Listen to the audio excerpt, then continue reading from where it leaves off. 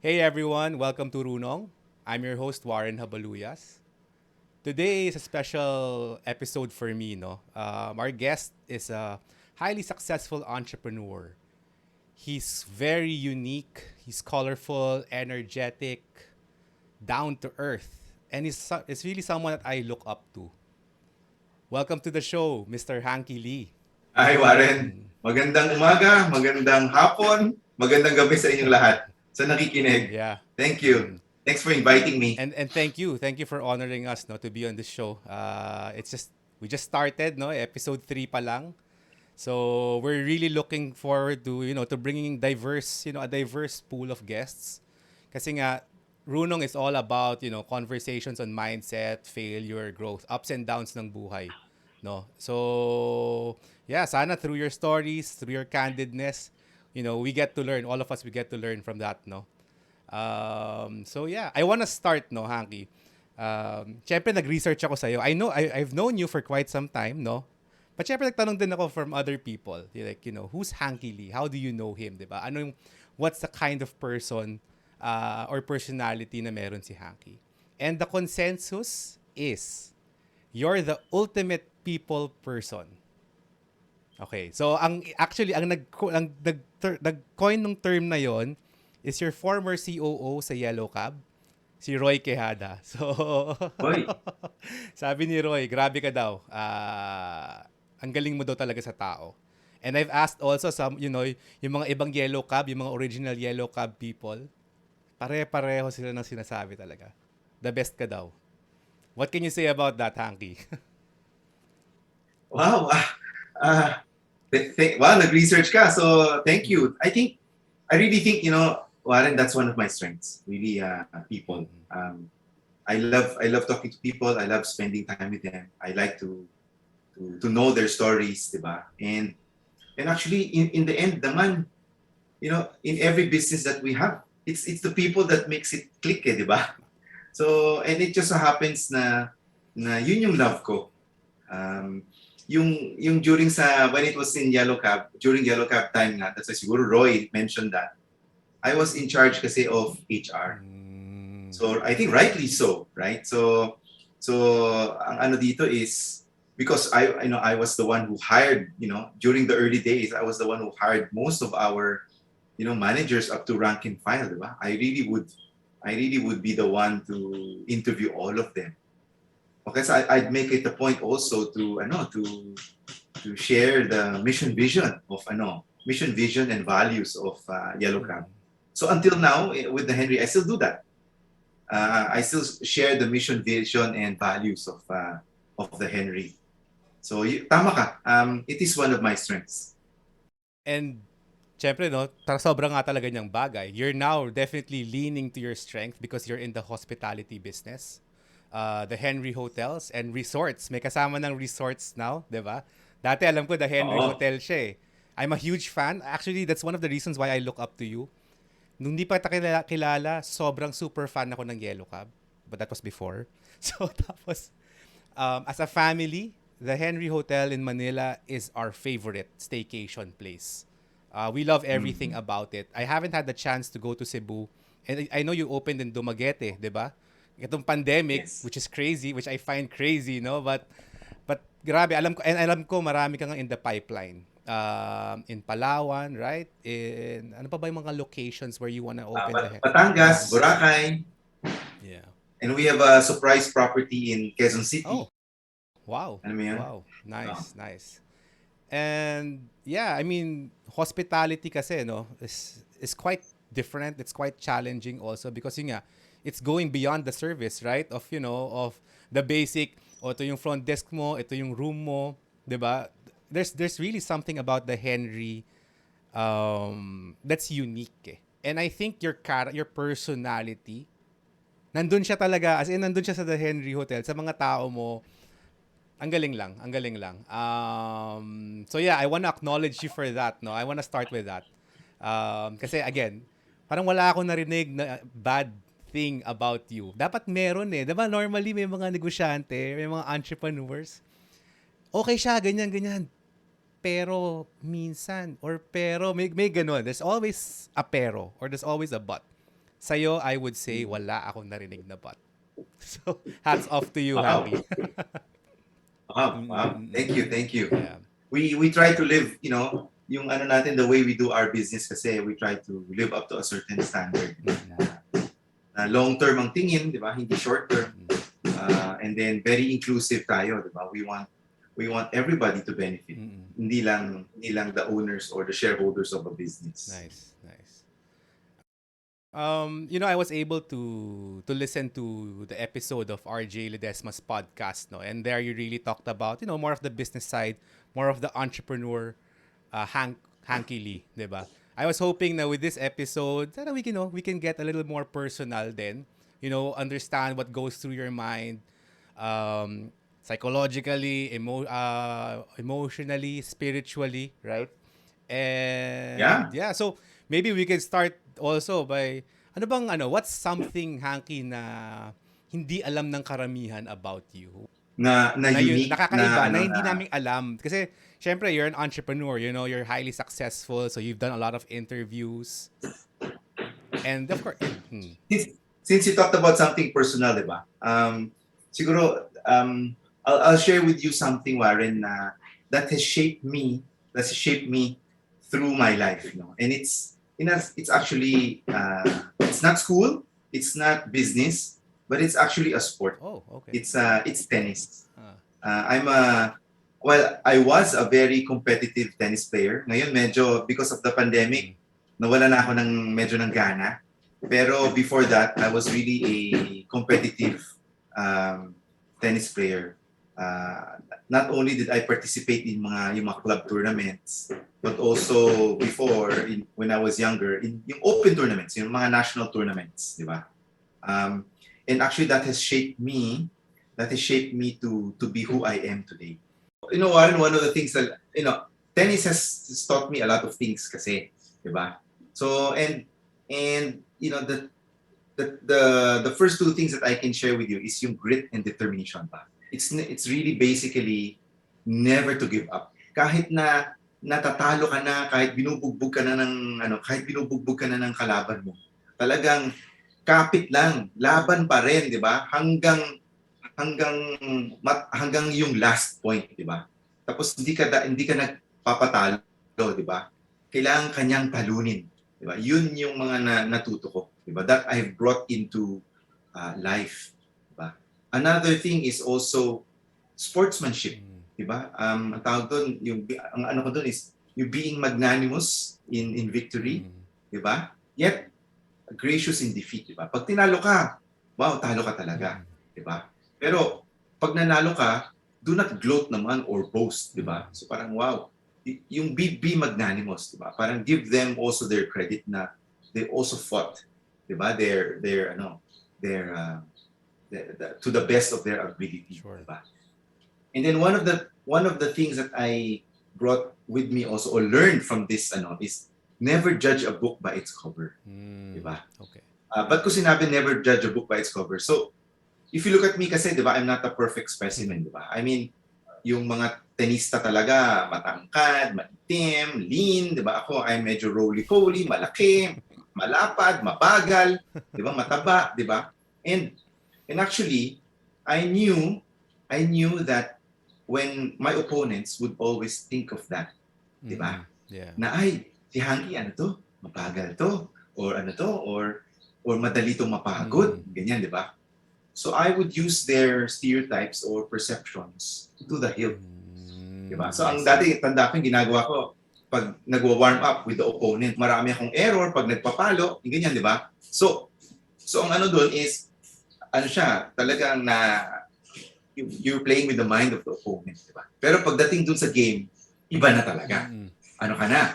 You bring your A game na. So usually, na karamihan ng mga nakalaban ko, nagugulat sila. Nice. Nakakatawa, parang nung dinescribe mo yung sarili mo, parang ako yata yung dinescribe mo, parang relate ako dun sa physical description mo. I mean, Warren, di ba? I mean, yung Warren, di ba? Totoo, our body types are similar, di ba? Yun? Yeah. Medyo tayo, di ba? Medyo malapad, medyo malaman, di ba? Yeah. It's interesting, no? Kasi obviously, Ngayon, with that story, with what you shared, alam ko dala mo yan sa negosyo eh. Parang I can Yes. now I can put the the dots to connect the dots together, and that competitiveness, that drive, no. And I was really gonna ask you also kasi nga ang dami mo na rin ginawang negosyo eh, 'di ba? Nag-start ka, alam ko, t-shirts eh. Nung college ka, 'di ba? Parang you sold merchandise. Tapos after that, please correct me if I'm wrong, ah. After that, you became a franchisee of Chowking. You had multiple stores. Then of course, co-founded Yellow Cab. Again, my favorite, used to be my favorite. Tapos now, diba? Tapos now, the Henry Hotel, no? Aside from the competitiveness, Hanky, what's driving you? What's motivating you to do these things? I think as an ito siguro it speaks to me as an entrepreneur, di ba? So we're all on a journey, di ba? So yung yung mga yung mga yung mga ibang businesses that I did before, iba-iba yung motivation. Nung when I was selling t-shirts in Ateneo, in the quadrangle, my motivation there really was to buy myself a Tag Heuer Gold one. Nice. Okay. Yan yung aking dream, di ba? Because dati uso yung Tag Heuer, and then I wanted to prove myself to my classmates. So I wanted to buy this Tag Heuer gold watch, and the thinking there is I will belong, di ba? Pag if I'm able to buy that gold watch, di ba? And then yung sa Chowking naman, it's a different journey. It's really yung ano ka naman dito was really proving myself to my father. Because and my grandfather. Kasi yung seed money nung Chowking na yon was really from my grandfather. And then succeeding in investments nun came from my father. So I wanted to prove them right, or prove them na I can do it. Diba? Tapos with Yellow Cab naman, the motivation there was really, wow, I wanted to give my family a good future. So it's me as a father, diba, and a husband, to provide for my family. Gusto ko nang kumita. Diba? Kumita para I can give them, the best schooling, diba? I mean, a comfortable life. Yan yung ano ko doon. Pero yung motivation ko naman, Warren, here for the Henry Hotels and Resort, is really, ang motivation ko dito is challenge the status quo. So pansin mo, iba-iba ang ano. Siguro as we get older, as our journeys progress, iba-iba yung objective or reason or yung why you're doing it. And really, sa akin ngayon, at this point in time, I want to challenge the status quo. Ang feeling ko kasi ang bansa natin, una, napakaganda. Yung tao natin, napakagaling. Di ba? Pero yung mga hospitality o mga hotels natin, need improvement, di ba? We're not world class.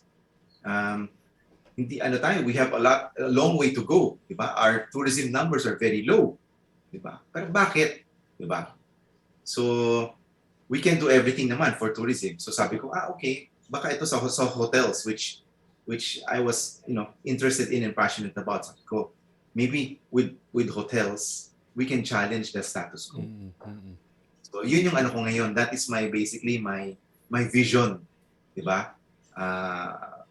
In so many words, our vision is to elevate and redefine Philippine hospitality. So yun yung vision namin. And it's really challenging the status quo. Ito lang ba? Ito lang ba talaga ang pwede natin magawa? Di ba? That's what actually drew us to the Henry, no? Iba siya eh. Di ba? I mean, never kami... Doon tayo nagkakilala. Yes, no? And never kasi kami naka-experience ng ganun eh, di ba? Like what you said, I mean, of course, I don't want to mention, no? But the hotel chains, parang cookie-cutter approach, no? Parang ito na yan, ito yung itsura niyan. Punta ka in different locations, it's the same vibe, right? It's so boring, to be honest, no? And the Henry Hotel, you guys changed that, no? And yeah, it's a testament also to yun nga, challenge, yun pala yun, no? You want to challenge the status quo, diba? You don't want, ito na yun, na we're stuck here, that there's so much you can do, no? Um, but one thing I noticed, no, sabi mo kasi, bawat business mo, nag-iiba-iba yung motivation mo. Pero may napansin ako na may consistent ka. Isa-isa lang ang ginagawa mo at a time. So, parang you're not a di ba kasi may mga entrepreneurs na multiple eh. Sabay-sabay, yun ang gusto nila. That craziness, no? Like, managing different sets of people or businesses. But you see, I don't know, baka may hindi lang ako alam na negosyo mo, pero but you seem to do it one at a time. What's the reason It's behind that? focus. Parang sa akin, any business kasi, there's a lot of moving parts, di ba? So example, sa amin, sa The Henry, we're trying to expand. We're trying to, let's say right now, yung team namin nasa Batangas as we speak. They're inspecting the property kasi andun yung contractor. It's a lot of details, di ba? And then, if you think about it, we're expanding all over the Philippines. Di ba? So, may Batangas, I think I mentioned Boracay, di ba? And then yung may surprise property sa QC. Parang imagine mo, wow, you have to develop all of that, to take care of that, and ensure na they're all up to, the brand standards, di ba? Pagkatapos, have another business na that would demand or require you to do the same thinking or mind share. So para sa akin, medyo hirap ako dun. So that's why I do it one at a time. I'm one of those entrepreneurs na who do it one at a time. It's not saying na I'm correct and it's just me. I see. From our perspective kasi, you seem to be a very successful entrepreneur. Parang wala naman kaming alam na failure or kapalpakan, right? Or challenge. But is that true? Totoo ba yun? Na talagang, yet your record is that, spotless? Or can you share, would you like to share, a challenge or a failure na has been, I don't know, formative also for you? Yung sa akin, it's really, it's really, first of all, I'd like to answer that, yung success, di ba? So, yung nga, parang, alam mo yun, sinasabi nga dyan is the grass is always greener on the other side, di ba? So, when you're on the other side, you think that that person is a success, di ba? Pero I'd like to tell you na I don't consider myself a success. I consider myself myself and the business a work in progress. It's not yet done. I mean, the RB-HAG or yung tawag natin, yung big, hairy, audacious goal really is to open 30 properties all over the Philippines. We're so far from that, Warren. Tatlo pa lang nga kami, di ba? So parang ang layo ko pa doon. So, and then feeling ko, when I get to 30, the BHAG will change again. So siguro not 30, but maybe when I get to 20, di ba? The BHAG will change again. Diba? So, it's always a work in progress. Parang, feeling ko yung success is never, feeling ko kasi when you say you're a success na, that's the start of the, not the demise, but that's the start of being complacent ka na. Diba? I super agree to that. Sige, go ahead. May diba? share din ako dyan. Diba? So yun, yung doon, yun yung, that's when you think if you're success ka na eh. Tapos you're at the peak na eh. So kung nasa peak ka na, ano yung next? Pababa na siya, diba? So, I don't consider that, diba? And then to your second question, ano ba yun? So one is yung definition of success. And then what's the second part of meron ka mga failure or like major challenges or setbacks that you'd like to share with us? Siguro I do not want to use the word failure. I want to use the word learning. Diba? Anyway, we're on your show naman. I mean, RUNONG, diba? I mean, it's learning, diba? So, yung learning ko really is, in terms of example, I go back to yung sa Yellow Cab, diba? So, it's really, for me, ang learning ko doon is, yung timing of, kasi kunyari, yes, we sold Yellow Cab, di ba? Pero understanding also the timing is key. Alam mo yun? When I say understanding the timing is, kunyari, in a life cycle of a business, di ba? If you were to maximize the value of a business, kailan maganda siya ibenta, di ba? Ang feeling ko, sometimes in my head, it's playing na, wow, baka medyo maaga namin siya nabenta. Diba? Why do I say that, Warren? Bakit medyo maaga siya nabenta? Kasi, di ba what we were blessed to create a world-class brand, di ba? So, ito yung time na we were expanding all over the Philippines. Medyo na-saturate na namin yung Philippines. So now we're trying to expand abroad. Diba? So feeling ko, masyadong early on pa yun. Hindi pa namin talaga, nung, imagine if we are able to open more stores in abroad, then yung value would have is been much different. higher. Diba? Yeah. Oo. It would be much higher. Kasi you've proven the concept na hindi lang siya pang Pilipinas, pang abroad siya. Which is true. It is a world, Yellow Cap until now, well, I think the new stewards of the brand, no, they're doing a good job. I see. I wanted to share earlier when you said nga na, wala pa yung success kasi nga as soon as pag naisip mo yon, wala na. 'Di ba? Parang relax ka na. What's next, right? I made that mistake. So, yeah, I Talaga? really made that mistake. I'd like to think kasi I'm a simple guy, Hanky, no? Parang hindi ako materialoso. Yung talagang mas gusto ko lang masaya. Gusto ko yung masaya. Gusto ko kasama ko yung family ko. Gusto ko yung nakakatulong ako. Yun talaga, that's me. And diba, na I got the El Nido opportunity, diba? Tapos nag-usap-usap din tayo doon, right? I really thought and I strongly felt that I made it. Na that opportunity was the validation, no? Kasi I've always been different as well. I'm a rebel. Aktivista. Parang roots ko yan, eh. My mom would always say, kanino ka bang anak? Kasi parang iba talaga yung way of thinking ko. And I've always went against the grain. Always, always, always. And El Nido was like, I had that dream, eh. Even before I got that opportunity, I told myself, I'm gonna move to El Nido. I'm gonna build my life there with my family. As in, yun talaga yung reason ko nun. And when that opportunity happened, grabe, I was so overwhelmed. I cried 4 times, Hanky. I cried 4 times because because I felt that I wasn't worthy. I felt na, shit, bakit ako? Ba't makukuha ko tong opportunity to? Kasi it was a great opportunity, right? Yes. And so yun, parang talagang grabe. Yun. Then I made that mistake. So I made it. Next thing I had a highly coveted position. Alam mo yun, I think globally naman, meron maninira at may mga ma-encounter ka, right? Who I guess would want that position or would have, agendas, right?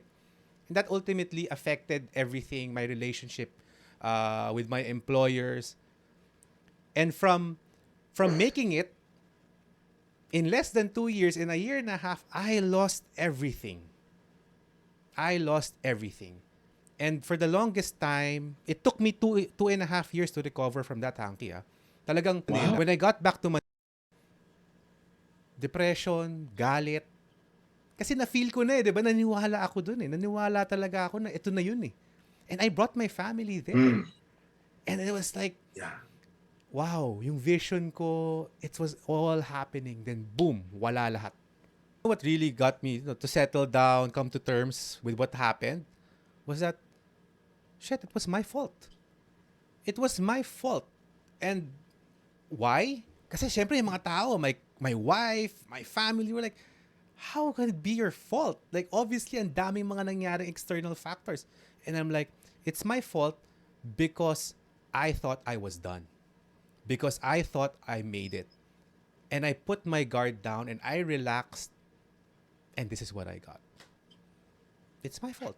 Now, if I had the chance to do it differently, I would have the same thing that you shared earlier, right? No, it's not done. It's just the start. We're finally here, right? Yes. And there's more to pursue. There's just so much room for growth. But yeah, now I learned my lesson and sobra akong relate dun sa shinare mo na yun. It's just the beginning, no, Warren? Tama. Tama talaga. Like now, the pandemic has affected us, right? All of us.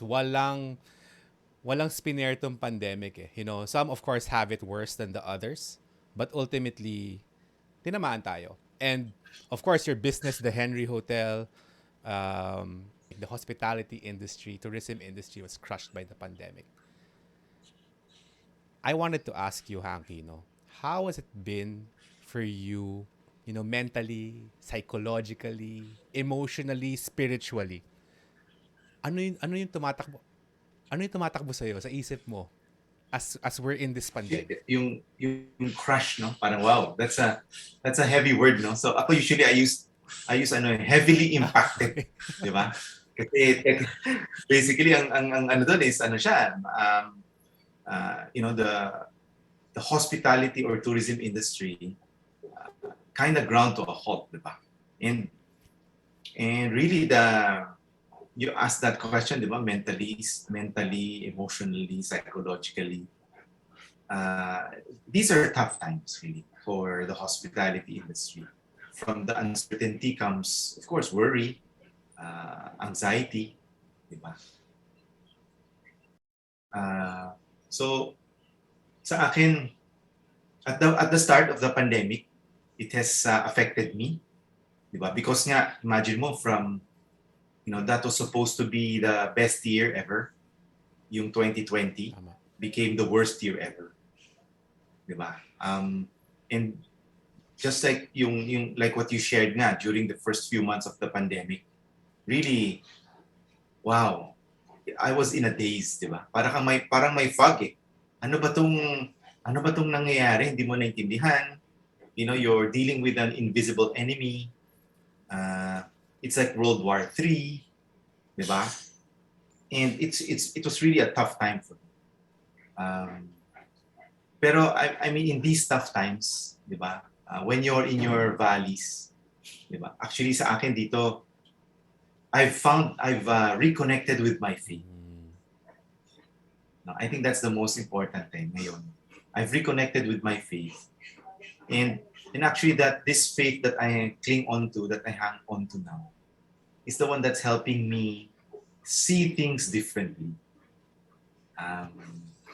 So kasi tinanong mo rin spiritually, di ba? So it's really that eh. It's me going back to understanding that I am loved by my Savior, di ba? And then from there, nag-change yung mindset mo, di ba? It's just like looking at a coin. Yung coin, heads or tails yun, di ba? So you look at one side or the other side, di ba? So it made me choose to look at things not from, let's say, crisis, actually, but opportunity, di ba? Opportunity to learn, opportunity to grow, opportunity to draw closer to my Savior nga, di ba? And then opportunities also within the hospitality space. Alam mo yan? So napatingin ka sa yung perspective mo nag-change. Di ba? So that is actually ngayon that has helped me in the pandemic. And that's why nga ngayon, di ba, in spite of the things that are happening now, di ba, sabi ko nga, we expand, di ba? So that's why nga we're working on Batangas, we're working on Boracay, we're working on yung Quezon City, di ba? Kung hindi ako nag-change in perspective, actually I would have walked away already. Really? Really? Yeah, I would have closed shop. I would have let go of all my people, di ba? And then basically wala na. Yung negosyo is closed. Who helped you or what helped? I mean, yun nga, you're closer to Christ again, right? But who led you No, back? now lang. Now Now lang talaga. lang talaga. Because oo, yung pandemic. Because really before, I was like, what do you call this? A Sunday Christian. Okay. Alam mo yan? Sa Sundays lang ako pupunta ng church. And then basically, tapos wala na. Yun na yun. Check na siya, check. Yun na yun. Who brought you closer? So really, it's just now. Ikaw, ano yan? Parang one day naisip mo lang, like, it's Christ God is calling you? Or meron kang help Na din hey, Hanky, kamusta ka? Parang, what was it like? You know what's amazing? Warren, what happened was, syempre yung sabi ko sa'yo, di ba, when you're in the depths of despair or the depths of depression, di ba? Or yung feeling mo magsasara na yung negosyo mo and everything, di ba? Na the world is crumbling down all around you. Di ba? Ano ba ang gagawin mo, di ba? You cry for help. Yeah. So ang nangyayari nun, you cry for help, di ba? And then ito yung isa sa mga things na ask for help and mighty forces come to the rescue. Yeah. Di ba? So ang nangyayari nun is nagpadala si God ng tao sa akin to mentor me spiritually. Alam mo yun? Nagpadala siya actually dalawa. Okay. So because of that, yung mindset ko has changed. And because of that. Nice. And again, it's not also the first time that I'm hearing, somebody share a similar journey.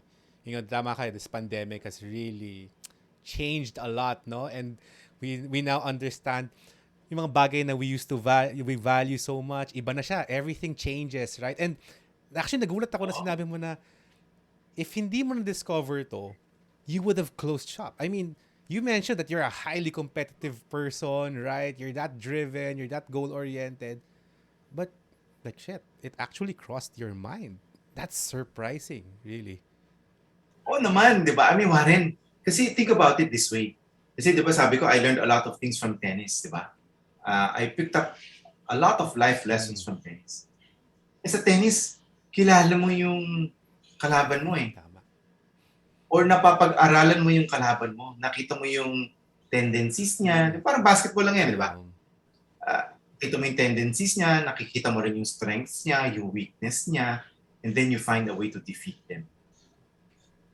Eto, ano to? Hindi mo to kita? Wala. Invisible enemy nga. Hindi mo nga alam. Di ba?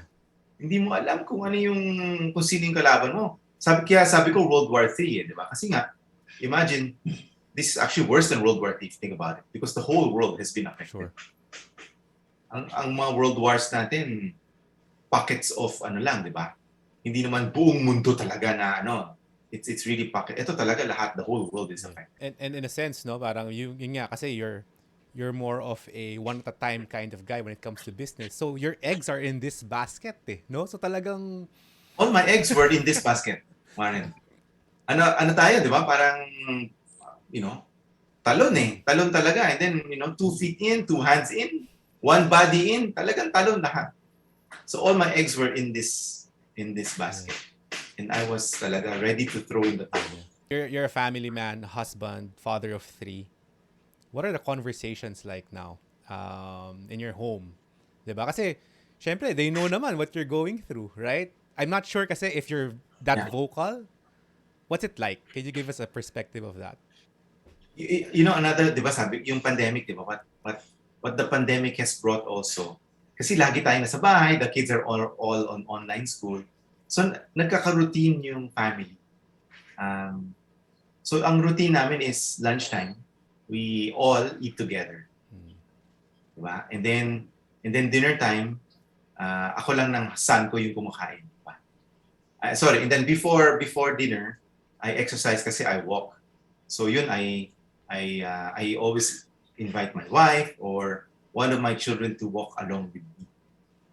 And then after that, after dinner, usually my 1 hour kami that we spend together. My family time kami with my kids. That's where we do yung we do, tawag namin dyan, devotion. So we listen to a short sermon, tapos kakanta kami, and then we discuss things, what we learned for today. And actually that has strengthened our family. And then ako naman, I was not, hindi na ako kumbaga I went down from my high horse, di ba? Sinasabi ko sa kanila, sa family na, uy, daddy's having a problem with the business, we've had, revenues are a problem, we're having a problem paying our employees, di ba? their work hours have been cut. So I've been very honest and transparent also to my children. Yan ang ano doon. Yan yung mga Dati kinalabasan. ba hindi? Dati, wow, daddy has it all, right? Mm. I've got it, right? There was no humility. Yun. That's the word I was looking for. There was no humility. I got it covered. Kaya ni daddy lahat yan. Superman. I have it all. Ganun. Oo. Diba? So ngayon, hindi. You know, if I have struggles, actually, I share it with them. Hindi na ako nahiya. What's something good, no, or unexpected that came out of this pandemic? Kasi 'di ba most of the people would have a negative framing of the pandemic, no? But yun nga, you just shared parang there's so much actually growth in you that has happened, that was triggered by the pandemic. And you know, similar to you, pamacho ako sa family ko. Alam mo yun, pamacho ako sa mga kaibigan ko. All my life, I've identified as tigas ako kaya ko to. I can do it. I'm a survivor, you know, all of that. So, I really like hid my weaknesses. Really did. I don't like being vulnerable to anybody. You know, I had that image. And this pandemic talaga, like wow. Feeling ko talaga, grabe, maling-mali pala yung dati ko, no? Like, now is actually like the best time to lean in, to be open, you know, to have those conversations with your family, be vulnerable, and how do you now use that? Kasi you said it talaga. Opportunity. You reframing all of this, the challenges, right, has brought you to a place of opportunity. And I'd like to think na it was your openness. It was that kind of vulnerability, that comfort in that. And then being open to God, seeing things, you know, having that grace to see things again, iba na. Iba yung pananaw. And sabi mo nga, it started opening things up. Kasi I don't think it would be, imagine Hanky, if you were the same person, if hindi ka nagbago, if you were that competitive, driven person, ako to kaya ko to lahat di ba? As a father, ganyan. Would you be here? I mean, would we have this kind of conversation? Would this be setting? Diba? You know, I tell my friends and my family this. You know, the pandemic is almost 2 years now. It probably is going to extend. Like at least in the Philippines. Right? So, hindi pa tayo tapos. Hindi ko malayo pa diba, to be honest, no? But, sabi ko nga, alam mo, if there's one thing that I'm sure of, I'm not going to be the same person when this pandemic ends. I refuse to be the same person. I refuse to be that person to just wait it out. You know, the things will go back to normal. Alam mo yun? Panahon lang yan. Let's just stay at home. Parang no. I don't want that. I really want to use this opportunity to rediscover myself, to change myself. And sabi ko, what the pandemic, what it actually gave us is the rarest of all the gifts, no? Which is time. We now have time. So wala na tayong dahilan, di ba? I mean, dati, busy ako, hindi ko to kaya, or what, and this na. Now you have time. Di ba? And it's amazing to hear this from you. And may na-feel din ako parang validation sa sarili ko na, uy, tama rin pala yung ginagawa ko, no? Actually, yung imagine mo, Warren, di ba? Yung sinabi mo na coming off from your Leo experience. So it also brought you, parang diba, doon tayo yung journey parang nag-sync or nag-align, diba? Na you also had to go through a valley. Tama. Diba?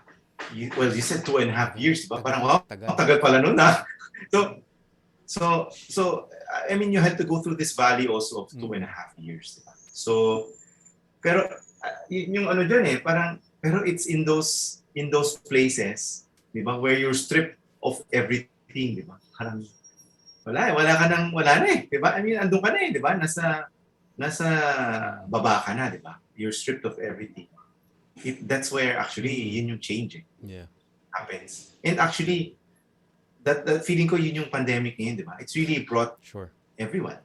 Di naman tayong dalawa lang apektado dito. I mean, everyone is apektado. Everyone. we are all brought to our knees technically, di ba? To our own, iba-ibang valley lang tayo, pero valleys pa rin nonetheless, di ba? And pero tama ka, hopefully most will change from this experience, di ba? And learn from this experience. That's why you're doing the show, which I salute you for and I thank you for, di ba? For sharing this to not only Filipinos, but because it's gonna be accessible globally, di ba? So I mean, it's led you to this. Alam mo yun? Di ba? It's led me to, actually on my end, it's led me to recommit to the business. Alam mo yun? To see it as a opportunity rather than a crisis na close mo na. Sana, ayun, ako yun naman din talaga yung goal ko eh. And that's why I really, wanted to invite you. Kasi alam ko naman, I mean, without even asking you, hospitality ka eh. So alam ko talagang, again, sabi mo nga, you've never used the word crushed, but I mean, it's heavily impacted, right? And I really wanted to understand, and I really wanted to discover like how you approach, times like, tong valley natin that we're all in, no? And I think that's gonna be, Yes. it's gonna be very helpful to a lot of people, even to myself. Again, minsan kasi I question myself, Hanky. I really do. Like, tama ba to? So, example alam mo ba, ibang-iba na ako ngayon. I don't drink anymore. Ang dami kong mga pinagagawa. So, I'm also leaning into health. I've lost 30 pounds. As in, ang dami kong pinagagawa. Pero sobrang hindi ko na rin kilala yung sarili ko. Because, again, all my life, substance abuse, vices left and right. And yun nga, that identity that I had, natigas ako, na macho ako, na gano'n. And now, grabe. Ibang-iba. So it does feel lonely as well, right? And, being an alpha, a type A personality, shucks, hindi ako, bagong-bago sa akin to. So I'm also learning. And again, I'm happy to hear, someone like you share, I guess, the beauty, that comes out of this. Para sabi nila, pag yung volcano, diba, pag nag-erupt, after, like, Mount Pinatubo is beautiful. Like, the crater is really, really beautiful, right? But imagine, the destruction it caused. Diba? And, yeah. Yes. So, what's a behavior or belief, na for the most part of your life, you felt, that it's true? Na hindi na nagbago? Or, is there a belief or a behavior na that's actually more true now? Yung sa akin yung actually it's a quote na actually it's a belief na, again, parang in the pandemic lang ito talaga na that has struck my heart and rung true, di ba? Actually, ang kwento dyan is ako, I drink a lot of coffee. Diba? I drink a lot of coffee every day. Actually, ito yung baso ko. Just to share with everyone. Laki, di ba? Laki ng baso. This is about 500 ml. Wow, okay. Di ba? So, I drink from this cup because I drink a lot of coffee. Di ba? Pero it was only during the pandemic that I realized that there was a saying in this coffee cup.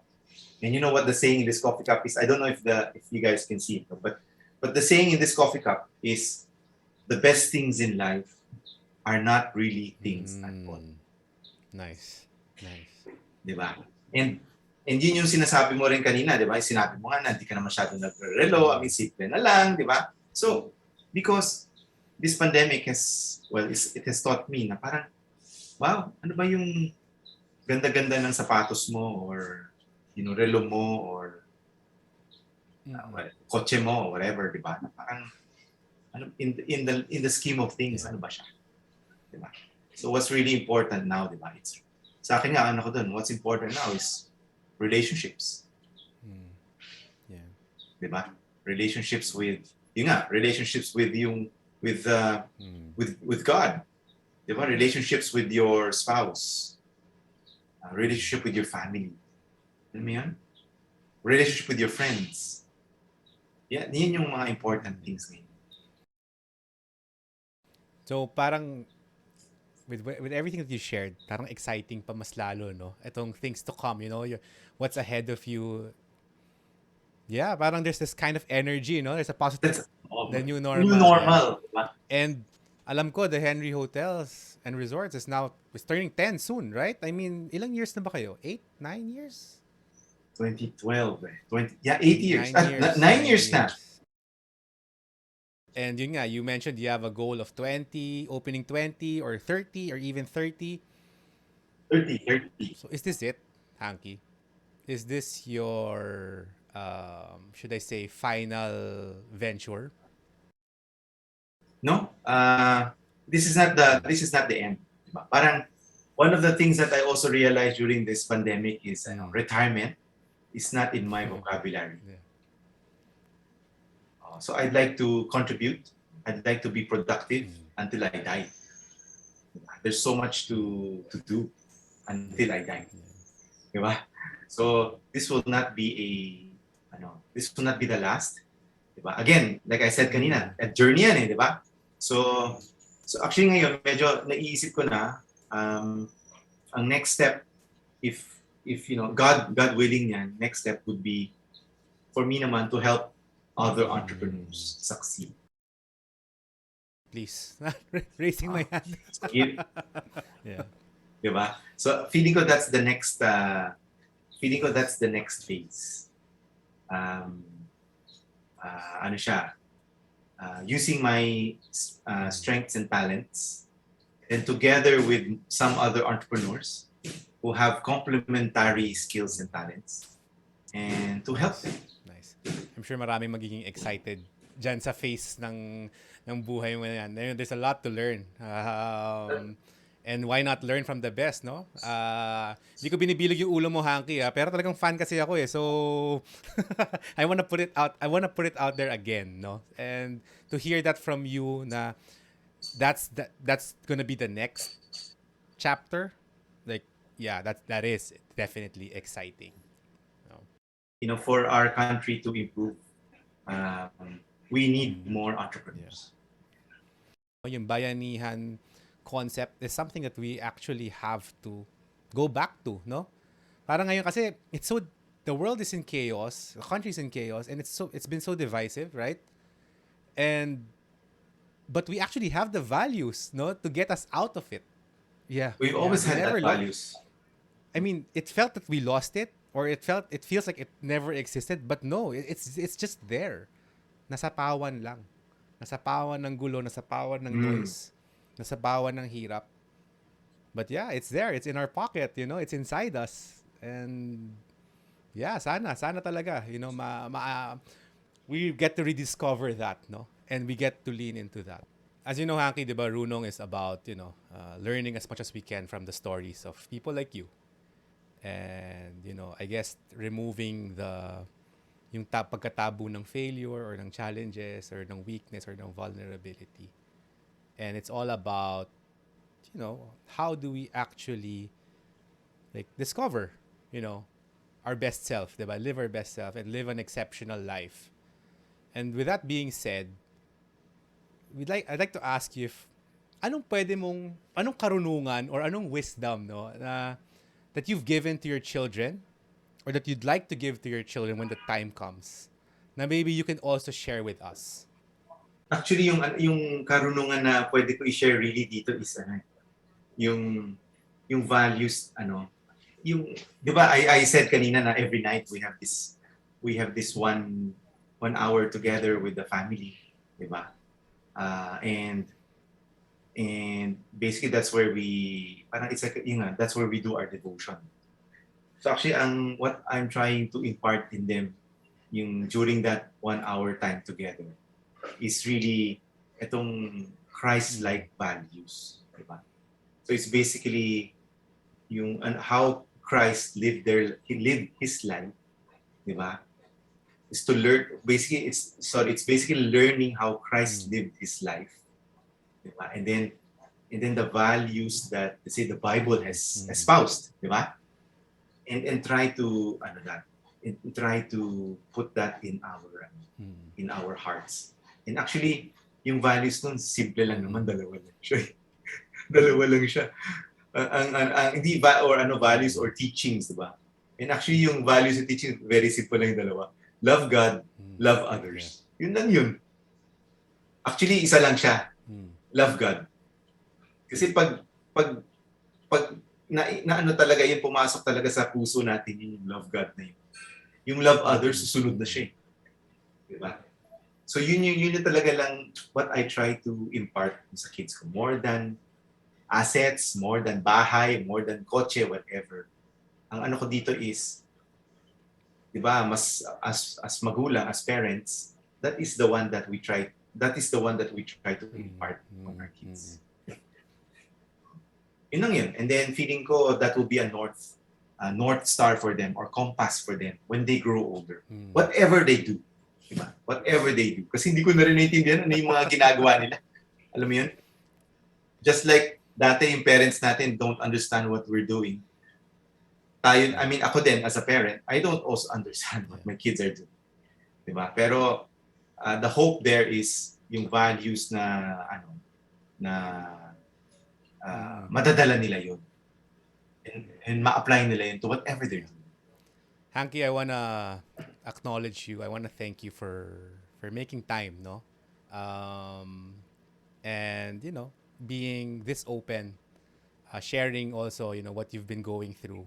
Maraming salamat, Hanky. Please continue to be the ultimate people person that you are. And of course, as the inspiration, no? To guys like me, to people like me. And I wanna acknowledge you for that. Maraming salamat, Hanky. No, I mean, it's an honor and a privilege, Warren.